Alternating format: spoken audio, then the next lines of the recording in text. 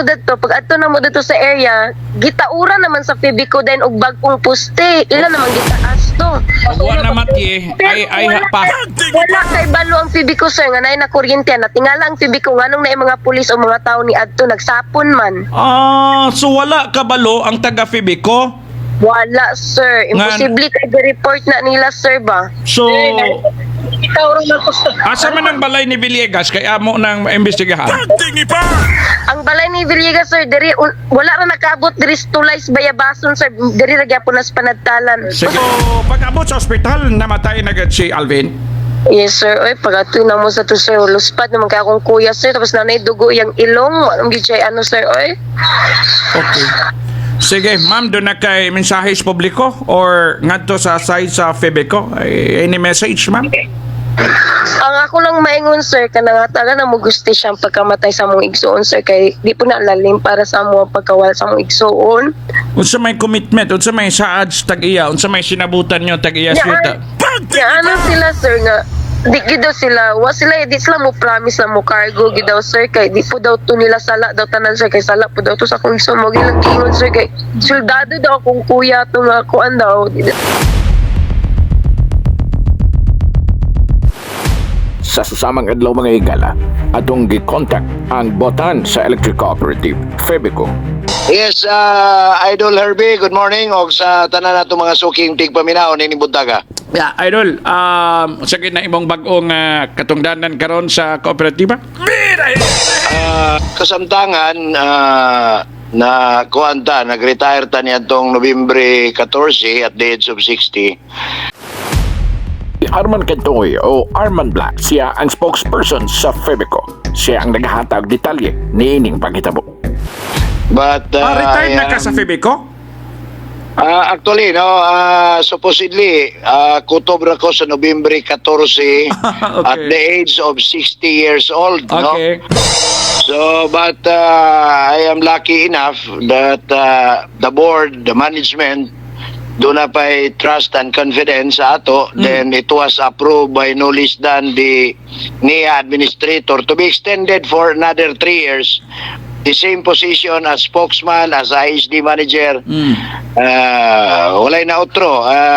Kasamtangan usab kita nga napili nga national president of all ISD managers nationwide in 121 electric cooperative. Sa isinta na ka, mura na magka 45. Hagtik na kaya. Buyag idol. Wa pa ganito gigamit ana ang mga supplement. Wapa na kami gaman. Dagoy, kung labaw na mga kami gaman idol, masamot tagit siguro, mabalik ng 30. Okay, idol, naay na kurentihan sa panadtalan sa sabakan samtang nagdipol. Pwede makahatag ka gamayng reaksyon? Yes, gamay lang nga detalye, but in toto, we need to repair dito sa kaning niyang blatter unya nga gipahigayon nga investigasyon sa atong kapulisan ning lungsod sa Maramag, no? But in initial update, yes, tinuod adunay na kurintihan tungod niya atong posting nahiapil og sunog sa ilang mga tubo dinas panadtalan. Okay. Matud pa sa report, no, sa ato ang head sa crew nga miadto dito, lineman crew si Mr. Alin, sa investigasyon nga ilang gibuhat, separate investigation in particular, Friday pa, no, Biyernes nga adlaw, nagsunog silang tubo, then naapil ang atong poste apan wala gilayon kini may report kay base sa logbook niadto lang kagahapon na report nga diin aduna na insidente. Kay base sa logbook niadto lang kagahapon na report nga diin aduna na insidente. So akong ipatanaw ang amo ang logbook sa mga complaint kagahapon pagyod na hidangat sa atong buhatan. Mao na nga siguro manawagan ta sa ato ang mga higala nga dunay mga katuban, although nga ang atong linya nagtraverse din na sa inyong propiedad, pero it is necessary labi na gyud kung ang poste nato kahoy kay masunog man gyud ka nag-apil. So tungod nga naupos na ang ato ang 15 feet, no, more or less. ang ato ang 35 footer nga poste nahimo na lang 15 feet. You can just imagine. Oh, so katunga gyud na lamoys kayo balik. Yes. Oh, so ang naitabuan na idol, sobra pas katunga. Oh. So ang atong wire niya na nagsag mao tong kumpiyansa sa siguro ang atong igsoon nga milabay dito og kanang unsa ba na Nagdipol na sa sila, tawagan na. nagdipol. Nagdipol, no? So, abi siguro niya patay ang linya, Correct. mao tong kalois Ginoo ang atong pasubo sa tungdan, no? Kay kung na report lang nagsayo-sayo Sir Idol, ato ginang maaksyonan kay sa akong kabahin hingagi punta og line personnel. Oo. So di gyud ko makatugot nga doon ay mga insidenteng may tabo inana. Anyway, sa inana doon na may financial assistance pero dili inana kadako ang atong mahatag. Sigon lang sa palisiya usab nga gilatid sa atong kooperatibahan. Ito sa purubay niya. Oh. No, so ang ato lang panawagan diha Sir Idol Lerbe nga next time labi na gyud sa atong mga purok officials, city officials o barangay officials o sa intungdan nga nagsunog sa ilang katubahan nga usahay mapabayaan nato nga kana delikado.